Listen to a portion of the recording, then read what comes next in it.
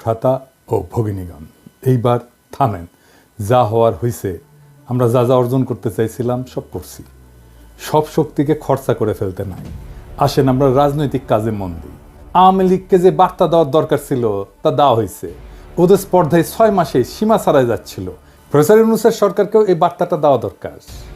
ওনাদেরকেও বুঝতে হবে যে জনতার অন্তরে ফ্যাসিবাদের ক্ষত এখনো দগদগ করতেছে। তারা যে কাজটা করতে পারতো তা করতে অনেক দেরি করছে বা দীর্ঘসূত্রিতা করছে। তাই মানুষের মনে এমন ধারণা জন্ম নিছে, যা করার আমাদের নিজেদেরকেই করতে হবে। আপনারা নিজেরা চিন্তা করেন, যেই রিপাবলিক টিভিতে দিনের পর দিন প্রোগ্রাম করা হয়, যেখানে বলা হয় বাংলাদেশ থাকবে না, কোন দিক থেকে বাংলাদেশ কাইটা ভারতের মধ্যে জুড়ে দিবে, ফেনি দিয়ে কি করবে, সেই টিভির বিরুদ্ধে কোনো ব্যবস্থা নিছে বাংলাদেশ সরকারের পররাষ্ট্র দপ্তর থেকে কিছু বলছে? আমাদের কোনো টিভি স্টেশন যদি বলতো ভারতের 7 সিস্টার্স আমরা কাইটা নিব, ওই টিভি চ্যানেল ইন্ডিয়া রাখতে দিত না। প্রথমে সংবাদ পাঠকের চাকরি যেত, তারপর চ্যানেলটারে জয় বাংলা করে দিত ইন্ডিয়া। আর সেই রিপাবলিক টিভিতে প্রফেসর ইউনূসের প্রেস সচিব যায় সাক্ষাৎকার দিতে, মানে ওই জানেও না আওয়ামী লীগের সাথে মিলে পুলিশের সাথে ঘোট পাকাইতেছে। আগে শুনে আমাদের কারা অ্যারেস্ট করে যে যখন বিএনপি ক্ষমতায় ছিল, ওরা তো অনেকবার ক্ষমতা ছিল, তারপরে আওয়ামী লীগের অ্যান্টি ফোর্সেস এরশাদ সাহেবরা ক্ষমতা ছিল, তখন তো ওরা অনেক অ্যান্টি আওয়ামী লীগ লোকজন পুলিশে ঢুকাইছে, সেগুলো সামনে নিয়ে আসছে, অনেক রয়ে গেছে এখন, সেগুলো সামনে আছে। আর এমনি জেনারেলি পুলিশের তারা খুবই হাইলি ডিমোরালাইজ, সন্তুষ্ট সরকারের উপরে, বিকজ এদেরকে খুন করে, এদেরকে হত্যা করে তো এরা ক্ষমতা আসছে, এদের রক্তের উপর দিয়ে ক্ষমতা আসছে। 427টা পুলিশ থানা এবং ফাঁড়িতে অ্যাটাক করা হচ্ছে, অস্ত্রপাতি লুট করা হচ্ছে, প্রেগনেন্ট কনস্টেবলকে পুড়িয়ে মারা হচ্ছে। তো এইগুলো তো এরা সহজভাবে নেয় নাই। লোয়ার র্যাঙ্ক, বিশেষ করে কনস্টেবল থেকে ইন্সপেক্টর, এদের একটা বিশাল অংশ খুবই আনহ্যাপি, এটা বলতে পারি। তাহলে ওই যে ওই প্রশ্ন, তাহলে আমাদের অ্যারেস্ট করে কেন, ধরে হচ্ছে ওই পার্টি।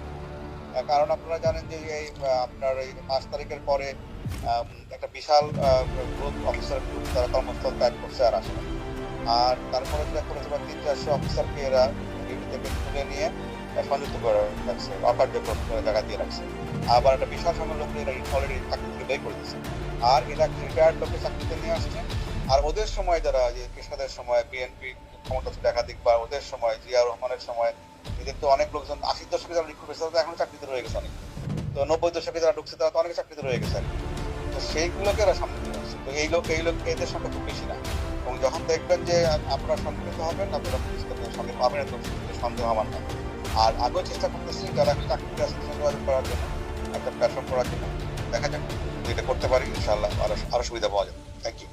সন্দেহভাজন পুলিশ অফিসার যারা আওয়ামী বেনিফিশিয়ারি ছিল, তাদের মোবাইল ফোন জব্দ করে ফরেনসিক করেন, দেখেন কাদের সাথে যোগাযোগ করছে বেনজিরের মধ্যেই, তাদের চিহ্নিত করেন। ইন্ডিয়া ধানমন্ডি 32 নম্বর ভাঙা নিয়ে বিবৃতি দেয়, এটা নাকি বাংলাদেশের ইতিহাস ঐতিহ্যের সাথে যুক্ত। হ্যাঁ, আর যা তো বাবরি মসজিদ ছিল না আপনাদের ইতিহাস ঐতিহ্যের সাথে যুক্ত, ওটা ভাঙিছিলেন কেন? ওটা তো সেলিব্রেট করেন। তবে যা কইছে তা মিথ্যা কয়নি, এটা সত্য যে ইতিহাস ঐতিহ্যের সাথে যুক্ত। ওটা বাংলাদেশে মুজিবের স্বৈরাচার আর হাসিনার ফ্যাসিবাদের ইতিহাসের সাথে যুক্ত। আর ওই ভাষা বাংলাদেশ রাষ্ট্রের মারা খাওয়ার সাথে যুক্ত। ওই ভাষা দুর্নীতির টাকায় করা। মুজিবের দুর্নীতির অর্থ দিয়া ওই পাপের প্রসাদ বানানো হয়েছিল, বদের 2 নম্বর কয়া গেছে। রাষ্ট্রীয় সম্পদ চুরি করা প্রথম পূর্ব পাকিস্তানের নাম শেখ মুজিব। শরদের বডিগার্ড, জেল হয়েছিল তার 2 বছরে। হাসিনা কয় না যে আমার বাবা দেশের জন্য জেল খাটিছে, হারামজাদি দেশের জন্য জেল কাটিছে, টাকা চুরি করে জেল কাটিছে।